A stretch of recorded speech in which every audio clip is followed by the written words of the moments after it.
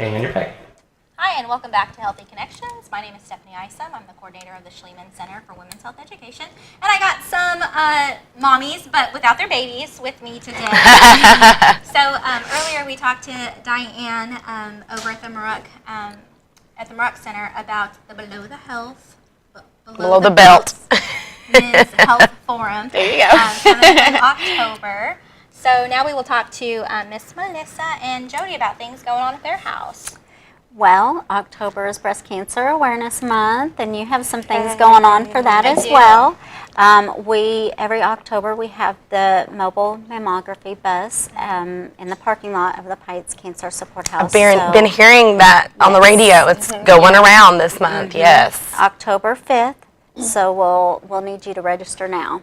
So it's 508-2273.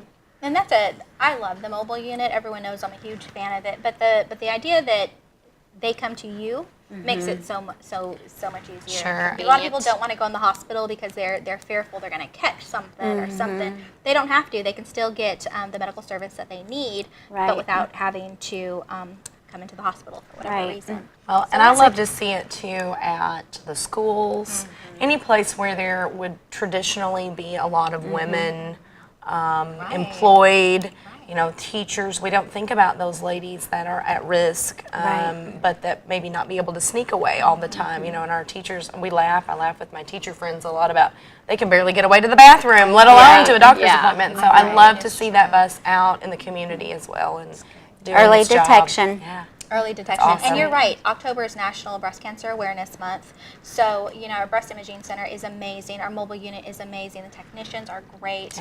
And so it's a great community outreach, that mobile unit. I'm so happy that you guys are going to be hosting that mobile unit. Yes. Yeah. So get your mammogram. That's right. Jody, awesome. what you got going on? Well, I really enjoyed, I was bird's eye view over here a while ago with the Mommy and Me group, and then also the Men's Health Forum is one of my favorite things every year.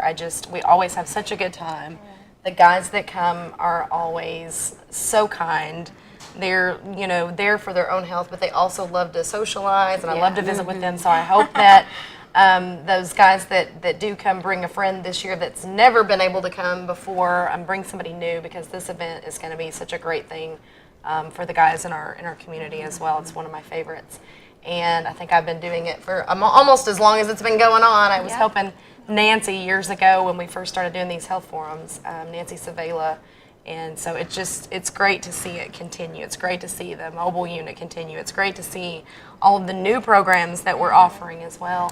At the Diabetes Center, we are continuing to have our diabetes classes. We're getting ready to celebrate World Diabetes Day in November, so we'll be talking about that more as we move forward. And I do want to mention also that we're going to be coming up on a Type 1 diabetes awareness event.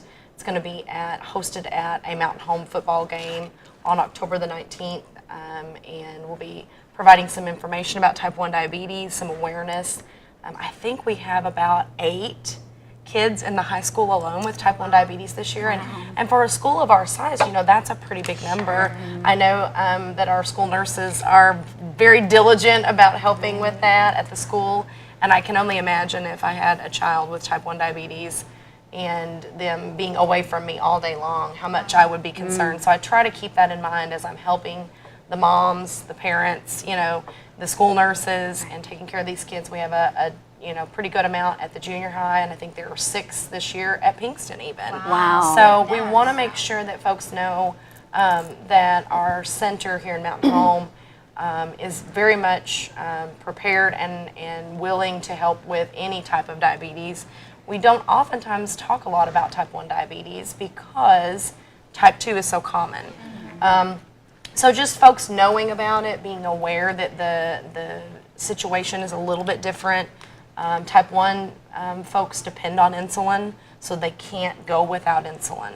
And oftentimes we see people with type 2 diabetes also using insulin, but it's not as life-threatening if they don't have it. What's the signs and symptoms? And we're going to talk about that as well. That's a great question, Melissa, because I don't know that a lot of people are aware. And for those of us that are a little more mature on this side of the table, sometimes just normal signs of aging are kind of confused with signs and symptoms for diabetes or high blood sugars. Really? And so tired or fatigue, increased thirst, and increased trips to the bathroom to urinate are all really common symptoms. But for kids. With kids, it comes on really quickly. And so sometimes it's a little more noticeable if you know what you're watching for. You're not going to oftentimes see kids that are just so tired they can't hold their eyes open. Or they've been going to the bathroom multiple times a day. And for our teachers and our kids at school, I depend on my son's teachers. Oh, I just touched my mic. I hope that didn't mess up the sound. Sorry. I depend on my son's teachers and folks to watch out for our kids. I know you have kids in school. You're going to have a little one in school soon. And our public schools are doing a great job of being aware and noticing these things and getting, kids to the nurse or calling the parents and saying, hey, you might want to watch out for this, or we've noticed this is a trend that's happening with the child. So again, those 3 symptoms, fatigue, extreme fatigue, especially after a meal. So I always tell my teachers at school to watch your kids after lunch. If they are trying to lay their head down and nap, that's not usually a normal thing unless they're just really fatigued. And then also having to go to the bathroom or get drinks more often if they're just really thirsty. And I know a lot of kids try to, sneak out and go to the bathroom and get a drink more often. But this would be in excess. And so those are the 3 most common symptoms for both type 1 and type 2 diabetes.